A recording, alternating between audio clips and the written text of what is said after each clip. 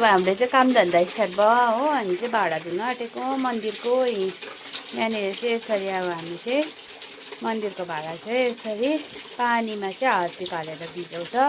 यो अब मन्दिरको भाडा किन हार्पिकले धुको भनेर चाहिँ नसोच्नुहोस् हो। यो चाहिँ अब एकदमै सफा हार्पिक हो।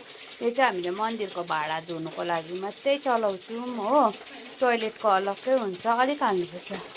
अन्त योले उयो गऱ्यो भने चाहिँ कसहरू बस्दैन नि त हो साथी हो। एकै तालमा जान्छ नि त, हुन्छ एकै तालमा जान्छ नि त हो। मजाले हुन्छ भनेर चाहिँ यहाँनिर बहिनीले हार्पिक हाल्दैछ। यहाँतिर पनि छ भाँडाहरू, अझै अहिले देखाउँछु। यहाँ मेरो नाना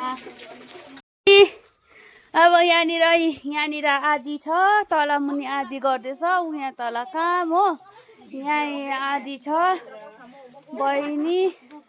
यहाँ यिनीहरू चाहिँ भर्खर आउनेहरू चाहिँ यिनीहरू बल्ब खोजी माग्छु ल।